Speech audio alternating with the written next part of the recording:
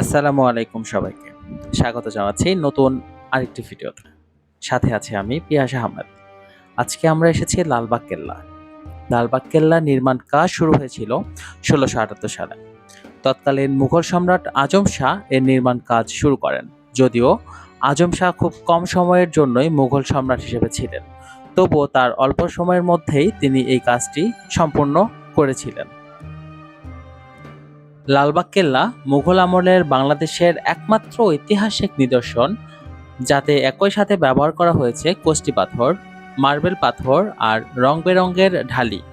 লালবাগ কেল্লা ছাড়া বাংলাদেশের আর কোনো ঐতিহাসিক নিদর্শনে এমন কিছু সংমিশ্রণ পাওয়া যায়নি আজ পর্যন্ত। প্রায় প্রতিদিন হাজার হাজার দেশি বিদেশি দর্শনার্থী পদচারণায় মুখরিত হয় ঢাকার লালবাগ এলাকার এই দুর্গটি।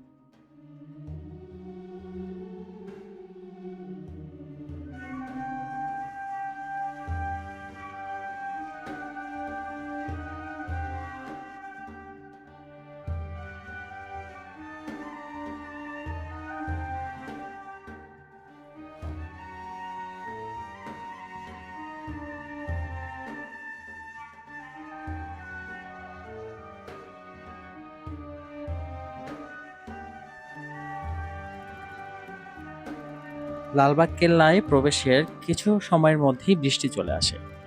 সেই বৃষ্টিতে আমরা প্রায় অনেকটাই ভিজে গিয়েছি। বৃষ্টির স্নাত এই একটা দিনে কেল্লাটিকে আরো অনেক বেশি সুন্দর লাগছিল। আকাশে বিদ্যুৎ চমকাচ্ছিল এবং চারিদিকটা একদম ভিজে একাকার অবস্থা। কোথাও বসার মতো একটুও জায়গা ছিল না। দুর্গের মধ্যে দাঁড়ানোর অনেক জায়গা ছিল, যেখানে আমরা একসঙ্গে অনেক মানুষ দাঁড়িয়ে বৃষ্টিটাকে উপভোগ করেছিলাম।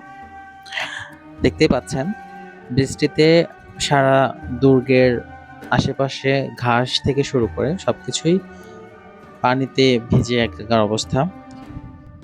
সবকিছু মিলিয়ে অনেক বেশি ভালো সময় কেটেছিল আমাদের। আপনারা অবশ্যই ঢাকায় আসলে লালবাগের এই কেল্লাটি পরিদর্শন করবেন এবং বিশেষ করে বাচ্চাদেরকে নিয়ে আসবেন, যেন তারা ইতিহাস সম্পর্কে একটু ধারণা পেতে পারে। সবাইকে ধন্যবাদ জানিয়ে আজকের ভিডিও এখানেই শেষ করছি। সবাই ভালো থাকবেন, সুস্থ থাকবেন। আল্লাহ হাফেজ।